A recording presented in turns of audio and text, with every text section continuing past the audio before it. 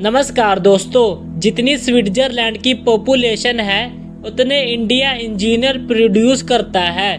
उसके बाद भी रिसर्च और इन्वेंशन में स्विट्जरलैंड नंबर 1 देश है। इंडिपेंडेंस के बाद रिपब्लिक ऑफ इंडिया ने 0 नोबल लोगल प्रोड्यूस किए हैं साइंस में। यूएसए ने 100 प्लस कर दिए हैं। ASIR के रिपोर्ट के हिसाब से 83% एजुकेटेड इंडियंस एम्प्लॉय ही नहीं है।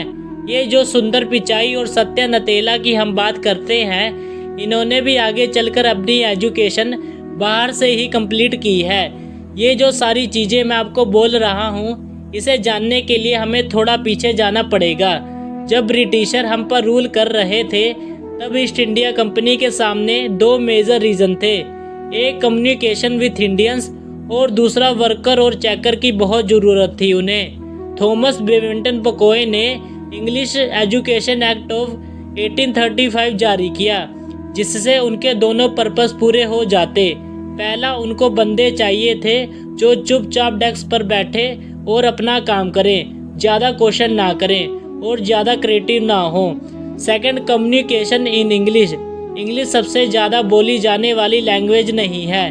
बात यह है कि इंग्लिश एक लैंग्वेज की बजाय एक क्लास बन गई है इंडिया में।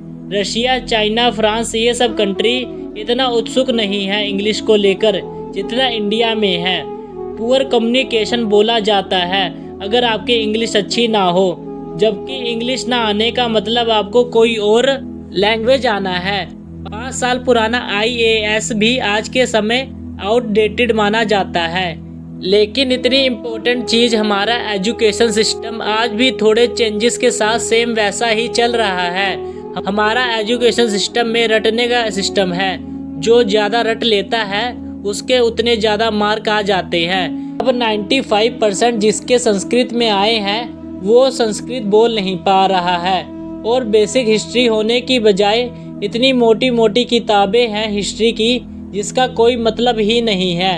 अगर आज की डेट में आपको कुछ भी पता करना है तो गूगल से पता कर लो, उसके लिए याद करने की ज़रूरत ही नहीं है। और अगर गवर्नमेंट स्कूल में इंग्लिश का सब्जेक्ट है और 10-12 साल लगाने के बाद भी लोग इंग्लिश बोल नहीं पा रहे हैं और बिना किसी बुक को पढ़े 5 साल का बच्चा सीख जाता है, क्योंकि उनको वैसा इन्वायरमेंट मिल जाता है। किंडरगार्टन में जो बच्चे को सिखाने वाली तकनीक यूज़ होती है वो लाख गुना अच्छी है कॉलेज की रटने वाली तकनीक से।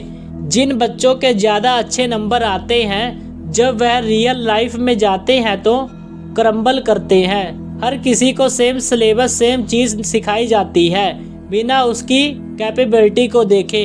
हमारे एजुकेशन में ज़्यादा ऑप्शन भी नहीं है। सबसे ऊपर साइंस, फिर कॉमर्स और लास्ट में आर्ट्स माना जाता है। हर माँ बाप का सपना इंजीनियर और डॉक्टर का ही होता है और बचपन से ही आपकी ट्रेनिंग स्टार्ट हो जाती है। माँ बाप, भाई बहन सब बोलने लग जाते हैं कि अगर गवर्नमेंट जॉब ना मिली तो एजुकेशन ख़राब है, और आप अपनी क्रिएटिविटी को छोड़कर अच्छी गवर्नमेंट जॉब और अच्छे मार्क लाना आपका सपना बन जाता है। अगर सपना पूरा हो जाता है तो बहुत बढ़िया, अगर इस छोटी सी उम्र में सपना टूट जाता है तो सेल्फ डाउट में आ जाओगे। आप किसी भी 4-5 सक्सेसफुल आदमी के बारे में सोचो जिन्हें आप बहुत सक्सेसफुल मानते हो या जिनकी तरह आप बनना चाहते हो। मैं इतना कह सकता हूँ कि वो इस एजुकेशन सिस्टम की वजह से तो सक्सेसफुल नहीं बने होंगे, चाहे वो जो मर्जी हों। धीरू भाई अंबानी, MS धोनी, सलमान खान, नरेंद्र मोदी, जो हमारे करंट एजुकेशन सिस्टम के ट्रैक में नहीं फंसे। इन्होंने खुद सीखा, खुद एजुकेट हुए और खुद आगे बढ़े। किसी कंपनी के CEO को बोल दें कि आप अपने कंपनी के सारे डिपार्टमेंट में इंटरव्यू दीजिए, तो कोई गारंटी नहीं है कि वो सारे डिपार्टमेंट के इंटरव्यू निकाल लेगा, और यह भी हो सकता है कि वह आधे से ज़्यादा क्वालिफाई ही ना कर पाए, मगर वो पूरी कंपनी चला सकता है।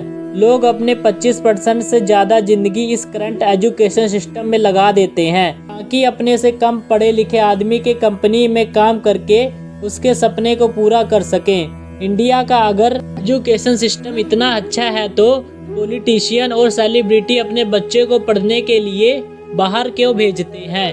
इसके बजाय ऐसा होना चाहिए कि जो पॉलिटिशियन जहां से जीता उसके बच्चे को वहाँ ही गवर्नमेंट स्कूल में पढ़ना कंपलसरी होना चाहिए, तभी वहाँ के गवर्नमेंट स्कूल बदल सकते हैं। इसी के साथ आज की वीडियो को ख़त्म करते हैं और मिलते हैं नेक्स्ट वीडियो।